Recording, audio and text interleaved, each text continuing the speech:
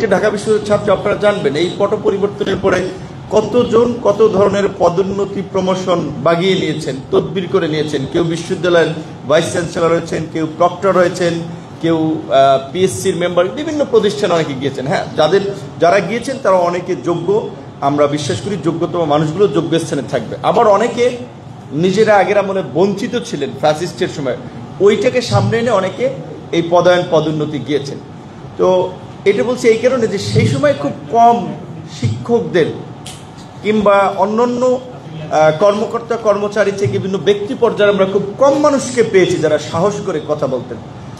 Rushad Faridi sir তার মধ্যে একজন, যে সবসময় আমরা বিভিন্ন প্রোগ্রামে 2-4 জন শিক্ষক যাদেরকে পেতাম ঢাকা বিশ্ববিদ্যালয়ে, Asif Nazrul sir, Tanzim sir, Rushad Faridi sir, Samina Lutfa ma'am, এই 4 জন। তারপরে ওই কোটা সংস্কার আন্দোলনকে কেন্দ্র করে আমার ডিপার্টমেন্টের একজন টিচার, আমরা জানতাম খুব নরম মানুষ, ভদ্র, মানে খুব এই সমস্ত পলিটিক্যাল কোনো অ্যাক্টিভিটিসের মধ্যে নাই। বাট ওই ঘটনায় দেখলাম যে ম্যাডামের একটা, তাসনিম সিরাজ মাহবুব ম্যাম, তো ওনার একটা শক্তিশালী ভূমিকা, এবং ওই থেকে উনি বোধহয় বিশ্ববিদ্যালয়ের শিক্ষক নেটওয়ার্কের সাথে খুব ইনভলভ আছেন এবং বিভিন্ন ইস্যুতে তিনি নিয়মিতভাবে কথা বলেন বা একটা অবস্থান ব্যক্ত করেন। এটা আমার কাছে ভালো লাগছে।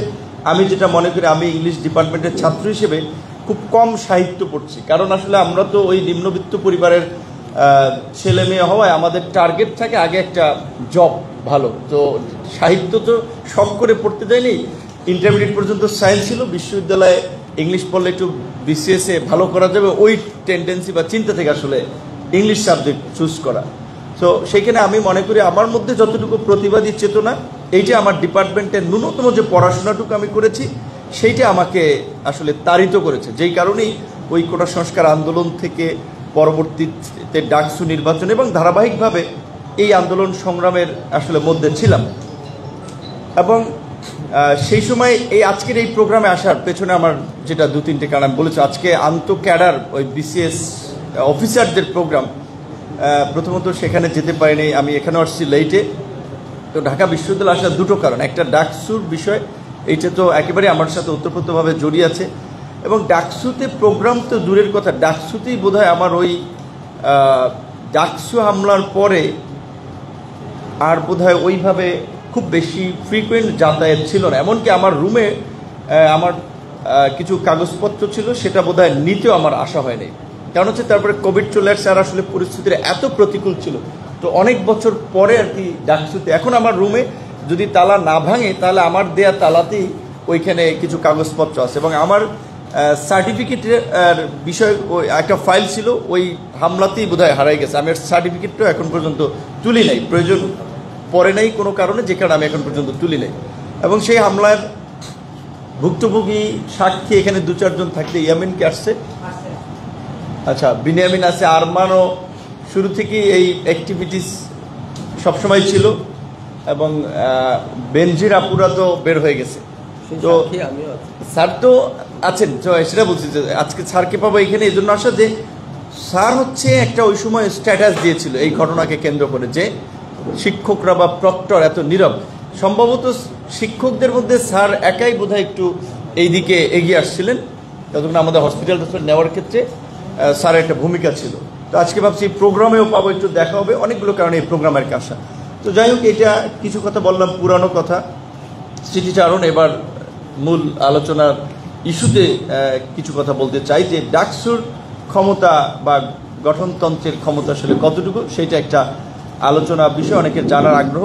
সামনে ডাকসু নির্বাচন হচ্ছে এবং নির্বাচন হবে, এটা আমরা প্রত্যাশা করি। নির্বাচনটা হওয়া দরকার ছিল আমি মনে করি আরও আগে, এত লেট কেন হবে এইরকম একটা অভ্যুত্থানের পরে, যে বিশ্ববিদ্যালয়ের ছাত্ররা 71-এ যেটা বলে একটা দেশকে স্বাধীন করে ফেললো, 90-এ একটা সামরিক স্বৈর শাসনের উচ্ছেদ করলো, 2007 সালেও যদি আমরা দেখি 111-এরও প্রথম এই সামরিক স্বৈর শাসকদের বিরুদ্ধে আঘাতটা কিন্তু ঢাকা বিশ্ববিদ্যালয় থেকে এসেছিল। এবং সর্বশেষ জুলাই, অবশ্যই সারা বাংলাদেশের ছাত্র তরুণদের স্যাক্রিফাইস আছে, কিন্তু লিডারশিপটা বিভিন্ন কারণে ঢাকা বিশ্ববিদ্যালয় দিয়েছে।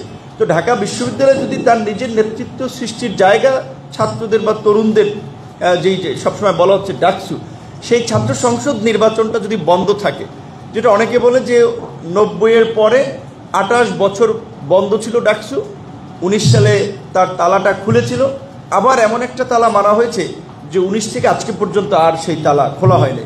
তো এখন এই প্রশাসন ডাকসু আয়োজনের মোটামুটি একটা প্রস্তুতির দিকে যাচ্ছে। সেখানে গঠনতন্ত্র সংশোধন সহ বিভিন্ন বিষয় আপনাদের সাথে যে আলোচনা হয়েছে, সেখানে আপনারা, আমি পত্রপত্রিকায় দেখেছি বা আমাদের সাথে একটা মতামত দিয়েছে, সেইখানে আমার অভিমতটা ব্যক্ত করেছি। প্রথমে একটা প্রশ্ন কিংবা অভিব্যক্তি অনেকের আছে যে ডাকসুতে কেন সভাপতি ভাইস চ্যান্সেলর থাকবেন, এই পদটা ছাত্রদের থাকা উচিত। আপনাদের মতের সাথে মানে বিনয়ের সাথে আমি দ্বিমত পোষণ করে বলবো যে আমাদের দেশের কালচারে কিংবা আমাদের দেশের অবস্থার প্রেক্ষাপটে আমার ব্যক্তিগত মত হচ্ছে ডাকসুতে যে দুটো পদ শিক্ষকদের রয়েছে, একটা হচ্ছে কোষাধ্যক্ষ আর একটা হচ্ছে আপনার এই সভাপতির পদটা, এই দুটো পদ শিক্ষকদের মধ্যে বোধহয় থাকলে ডাকসু কিংবা ছাত্র সংসদের ফাংশনিংয়ে ভালো হবে।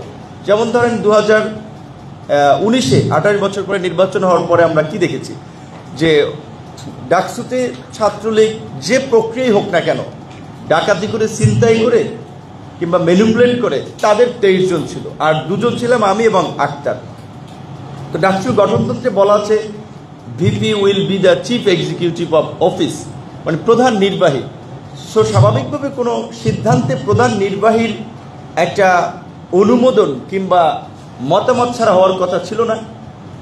কিন্তু আমরা দেখেছি ডাকসুতে আমাদের সময় যে 89 লাখ টাকা বিশ্ববিদ্যালয়ের বরাদ্দ ছিল, তারপরে আরও বাইরের বিভিন্ন প্রোগ্রামে স্পন্সর আনা হয়েছিল অনেকগুলো। অনেক ক্ষেত্রে আসলে যখন আমার আলোচনাগুলো করা হলো, যখন আমার মনে হচ্ছে একটা সেমিনার করার জন্য আপনার 1.5 লাখ টাকা খরচ হবে, সেইটা যখন আলোচনা হচ্ছে তখন হচ্ছে সেমিনারে বক্তা বিশ্ববিদ্যালয়ের টিচার, তাহলে তাকে ওইভাবে কোনো সম্মানই দেওয়া লাগবে না। কারণ কি, ডাকসুতে স্পিকার হিসেবে আসাও অনেকেটা সম্মান বোধ করে, এখানে ওই পেমেন্টে কেউ আসবে না। একটা সেমিনারের বিষয় নিয়ে যখন আলোচনা হচ্ছে, হল রুম হচ্ছে আমাদের IML যে ইনস্টিটিউট অফ মডার্ন ল্যাঙ্গুয়েজের, ওইটাও ফ্রি, তাহলে আমার 1.5 লাখ টাকা কেন খরচ হবে? তো এইটা নিয়ে যখন আমি প্রশ্ন তুললাম যে এইটার জন্য কেন এই বরাদ্দ, একটা সেমিনারের জন্য কেন খরচ করবো আমরা এই টাকাটা হলে কিংবা ছাত্রদের কোনো কল্যাণে আমরা কাজ করতে পারি, সেমিনারে তো এই টাকা খরচ করার কথা না। সর্বোচ্চ যারা আসবে বক্তা কিংবা যদি অতিথি থাকে তাদেরকে একটু চা নাস্তা খাওয়াতে পারি। তো ওই একটা ঘটনার কারণে আর কোনো বাজেট আমার সাথে আর আলোচনা করে না, ও তার সাথে আলোচনা করলে আমরা কাজ করতে পারবো না। সে তখন যারা ছাত্রলীগের প্যানেল থেকে নির্বাচিত হয়েছিল, তারা এরকম একটা আলোচনা করে সিদ্ধান্তে পৌঁছেছিল যে তাদের কাজে আমি বাধার সৃষ্টি করব, মানে তারা আর আমার সাথে কোনো আলোচনা করে নেই।